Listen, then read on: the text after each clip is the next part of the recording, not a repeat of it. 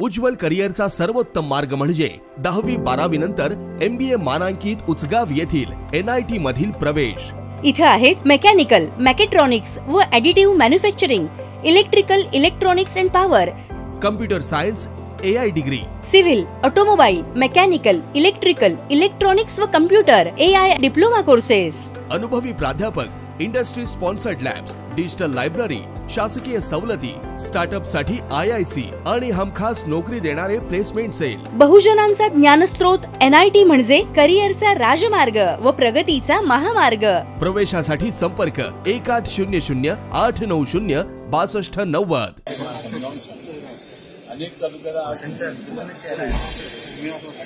तालुक्याला प्रतिनिधी नाही, आज शिरोळ तालुक्यामध्ये प्रतिनिधी नाही, अनेक तालुक्यामध्ये प्रतिनिधी वाड्यामध्ये नाही। जर सगळीकडे दुधाचं उत्पादन करणारे शेतकरी असतील तर त्यांच्या समस्या ऐकणारे सुद्धा संचालक तिथे पाहिजे।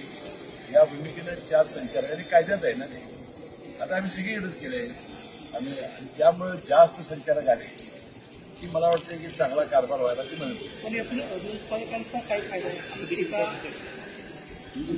त्यांच्या अडचणी समजून घ्यायला बरोबर हे बघा, जिल्हा ती बँक वर्षाला कर्ज देते आणि वर्षाला दुधाचाच नाही, सकाळी दूध घालावं लागतं, संध्याकाळी दूध घालावं लागतं, कधी वासाचं निघतं, कधी कमी दर्जाचं येतं, अशा अनेक तक्रारी या महिलांच्या विशेषतः जास्त असतात। म्हणून हा 24 तास जॉब आहे। पुणे पदवीधर निवडणुकीसाठी अजून बराच अवधी का शिल्लक आहे, मात्र काल तुम्ही उमेदवारीच जाहीर करून टाकली मिळाली नाही। आम्ही उमेदवारी मागितली पक्षाकडे, म्हणजे जाहीर केली नाही। आम्ही अश्वमेधचा आमचा घोडा आम्ही रिंगणात सोडलेला आहे।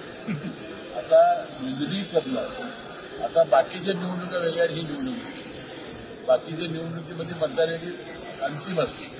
आता मी मतदान केलं, मला पुन्हा काही नोंदवायची गरज नाही, मला पुन्हा मतदान करता येईल। पण यात तसं नाही, जर निवडणुकीमध्ये नोंदणी करायला नोंदणी जास्त करायची त्याचा उमेदवाराला हक्क राहील आणि नोंदणी जास्त करण्याचं अभियान आमचं होतं आणि त्या निमित्ताने आमचा सोडलेला आहे। मला वाटतं आम्ही जास्त नाही, पण उमेदवारी मिळवून देण्याची जबाबदारी माझी आहे असं तुमचं काल त्या ठिकाणी वक्तव्य होतं। जास्त नोंदणी झाल्यानंतर मागचं वाक्य आहे,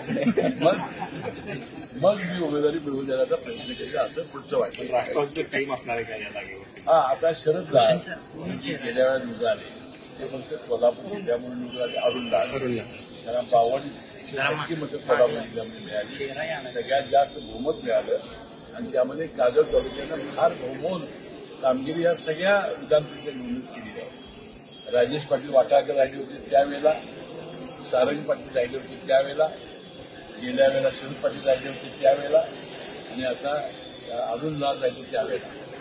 त्यामुळे जास्तीत जास्त मताची नोंदणी झाली तर तिकीट मिळायला सोपं होईल। नाही, पण ह्या मतदारसंघामध्ये जर पहिलं काँग्रेस आणि भाजपमध्ये थोडंसं वर्चस्व असलेलं बघायला मिळत होतं, यामध्ये राष्ट्रवादी आता तिन्ही निवडणुकीमध्ये राष्ट्रवादी फार घातलेली आहे।